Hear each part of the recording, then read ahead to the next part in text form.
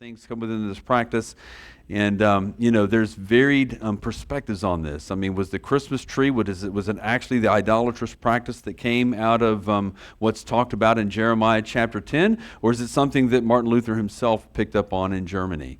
And maybe here's something that's important to keep in mind. Or let's even go beyond that. What about the Star of David? Or what about the mezuzah on the doorpost?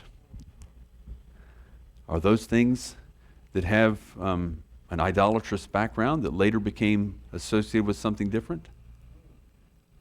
Are we going to judge people based upon that?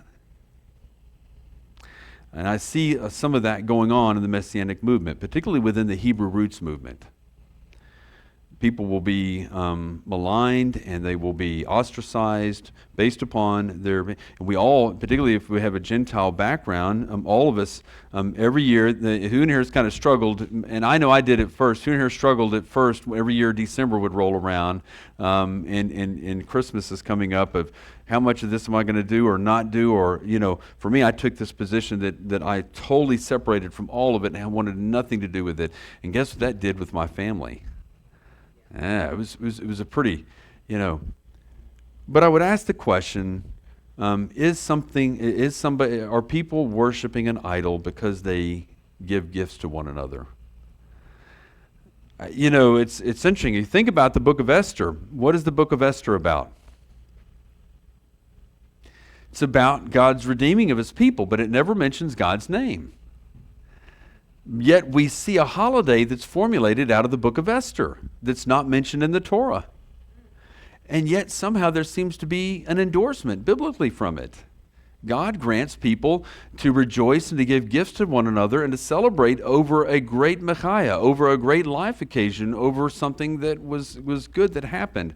Now, I'm not saying that means we need to all start celebrating Christmas and Easter and putting up a Christmas tree and all those things.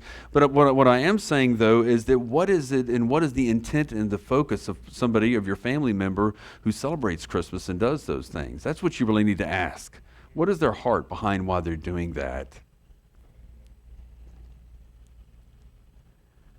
I think of it, I will say this, doctrinally, if you think about one of the, again, I'm not making an argument that we should start doing Christmas, but we think about doctrinally, what were the first 4 ecumenical councils in the church? They had to do with the incarnation and defining Yeshua and his role and what that looked like as he came into the world.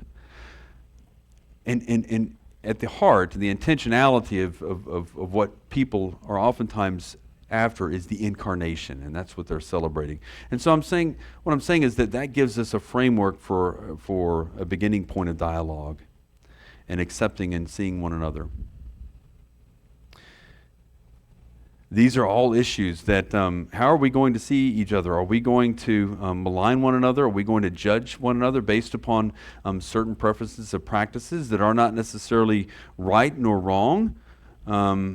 But they're issues of gray matter.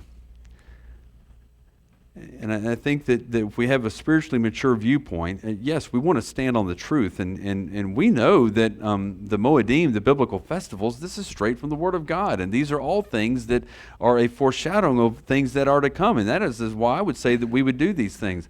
I just think that too often times within our Messianic context, we have oftentimes drawn this hard line separation from ourselves and other Christians within the traditional church. And if there's anything that I think that if the Messianic Jewish movement is going to have a strong appeal as we move forward, is that it walks hand in hand, side in side, yad b'yad, with those within the church. And says, hey, here's something that's beautiful that's been missed out on all these years.